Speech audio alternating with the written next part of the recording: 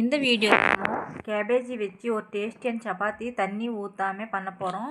Friends, நீங்கள் cabbage chapati எப்படி இன்றைக்கியாவது பண்ணியிருக்கீங்களா இல்லைன்னு தெரியல. ஒரே ஒரு டைம் ட்ரை பண்ணி பாருங்கள், ரொம்ப டேஸ்டியாக இருக்கும். முதல்ல கேபேஜி வந்து சீவி வச்சுக்கோங்க.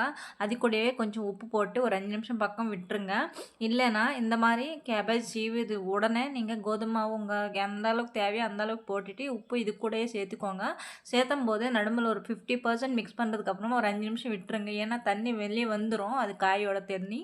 அதுக்கப்புறம் நீங்கள் கம்ப்ளீட்டாக மிக்ஸ் பண்ணிக்கலாம். இந்த மாதிரி சப்பாத்தி இந்த மாதிரி ரோல் வந்துடும். இந்த மாதிரி மாவு தயாராகிடும். இது வந்து ஒரு 10 நிமிஷம் பக்கம் ஒரு சைடில் விட்டுட்டு அதுக்கப்புறமா எடுத்துட்டு நீங்கள் சப்பாத்தி எந்த அளவுக்கு வேணுமோ அந்த அளவுக்கு கொஞ்சம் மாவு மேலே போட்டு சப்பாத்தி ரோல் பண்ணிக்கோங்க. இந்த மாதிரி ரோல் பண்ணும்போது சின்ன சின்ன ப்ராப்ளம்ஸ் ஃபேஸ் பண்ணுவாங்க. ஏன்னா அந்த காய் வந்து பெருசாக சீவினிங்கன்னா அதில் வந்து ஒட்டுகிட்டே இருக்கும், ஹோல்ஸ் வந்துகிட்டே இருக்கும். சின்னதாக சீவிக்கோங்க. சூடான அடுப்பில் இந்த சப்பாத்தியை போட்டு நீங்கள் நல்லா சூடு பண்ணிக்கோங்க.